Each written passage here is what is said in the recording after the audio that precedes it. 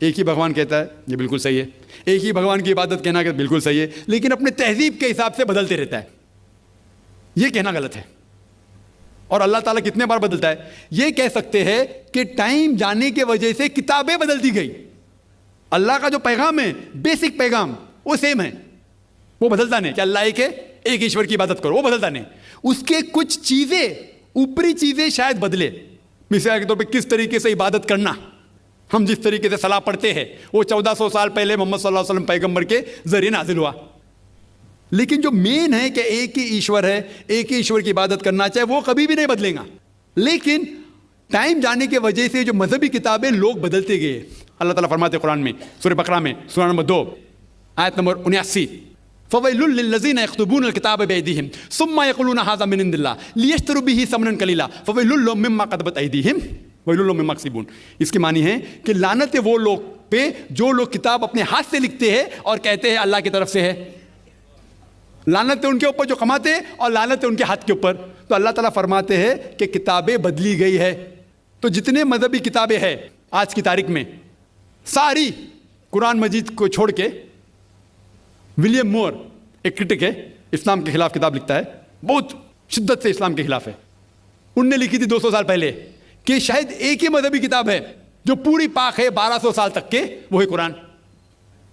تو ایک ہی کتاب جو محفوظ ہے، کیوں؟ اللہ سبحانہ و تعالیٰ کہتے ہیں قرآن میں سورہ ہجر میں سورہ نمبر 15 آیت نمبر 9 میں کہ میں نے قرآن نازل کیا ہے اور میں اس کی حفاظت کروں گا۔ جتنے پہلے کتابیں آئے وہ وقت کے حساب سے بدل دیے، اور اللہ سبحانہ و تعالیٰ نے اسے محفوظ رکھنے کی ضرورت سمجھا ہی نہیں۔ کیوں؟ کیونکہ جتنے پیغمبر محمد صلی اللہ علیہ وسلم کے پہلے آئے وہ پیغمبر صرف اپنی قوم کے لیے آئے اور کچھ وقت کے لیے آئے، تا قیامت تک نہیں۔ عیسیٰ علیہ السلام صرف یہود کے لیے آئے، موسیٰ علیہ السلام اس وقت کے لیے آئے۔ جتنے پیغمبر آئے اپنی قوم کے لیے آئے اور کچھ محدود وقت کے لیے آئے، ایک قوم کے لیے آئے۔ لیکن محمد صلی اللہ علیہ وسلم آخری پیغمبر صرف مسلم یا صرف عربوں کے لیے نہیں آئے، ساری انسانیت کے لیے آئے، اور جو کلام ان کے ذریعے نازل ہوا اللہ سبحانہ قرآن، وہ صرف مسلم کے لیے نہیں اور صرف اس وقت کے لیے، وہ ساری انسانیت کے لیے اور تا قیامت تک ہے۔ تو کیونکہ یہ کتاب محفوظ رکھنے والی کتاب ہے، یہ کتاب کبھی نہیں بدلیں گی، یہ آخری ہے۔ اور اللہ تعالیٰ فرماتے ہیں سورہ مائدہ میں سورہ نمبر 5 آیت نمبر 3 میں کہ میں نے انسانوں کے لیے اسلام چنا اور ان کے لیے یہ مذہب سب سے بہترین مذہب چنا، اور یہ مکمل ہو گیا ہے، اس کے بعد کچھ چیز نئی نہیں آئیں گی اور کچھ چیز نکالی نہیں جا سکتی۔ تو پہلے جتنے کتابیں آئے، جتنے نازل ہوئے اللہ تعالیٰ کے، وہ بدلتے گئے کیونکہ اسے محفوظ رکھنے کی ضرورت تھی نہیں، کیونکہ وہ پیغام پورا مکمل پیغام تا قیامت تک تھا ہی نہیں۔ لیکن آخری پیغمبر محمد صلی اللہ علیہ وسلم 1400 سال پہلے آئے، ان کا جو پیغام ہے اور جو کتاب نازل کی گئی قرآن، وہ تا قیامت تک ہونے والی تھی، اسی لیے اسے محفوظ رکھا گیا ہے۔ تو اللہ سبحانہ و تعالیٰ نے 1400 سال پہلے سمجھے کہ یہ وقت ہی صحیح ہے کہ انسانیت اس درجے پہ پہنچ گئی کہ وہ قرآن کو سمجھ سکے۔ آپ مجھے پوچھیں گے کہ قرآن پہلے کیوں نازل کیا، 1400 سال پہلے کیوں کیا، 10,000 سال پہلے کیوں نہیں کیا؟ تو میں کہوں گا کہ اللہ تعالیٰ ہمارا خالق ہے، وہ جانتا ہے کہ انسان کب کس چیز سمجھ سکے۔ مثال تو میرا بیٹا کہیں گا کہ مجھے ڈاکٹر بننے کا، ڈائریکٹ میڈیکل کالج میں ڈالو، میں بولوں گا پہلے 10th کرو، اسکول جاؤ، پھر کالج جاؤ، پھر میڈیکل کالج جاؤ۔ تو اسی طریقے سے اللہ سبحانہ و تعالیٰ ہمارے خالق ہے، وہ جانتے تھے کہ یہ 1400 سال پہلے انسان اس درجے پہ پہنچے کہ وہ قرآن کو سمجھ سکے، اور انہوں نے نازل کیا۔ اور ابھی یہ آخری کتاب ہے، اس کے بعد کوئی بھی نیا پیغمبر نہیں آئے گا۔ اس کے بعد کوئی کہتا ہے کہ مجھے اللہ تعالیٰ سے وہی آتی ہے، اس کو سائیکیٹرسٹ کی ضرورت ہے، سائیکیٹرسٹ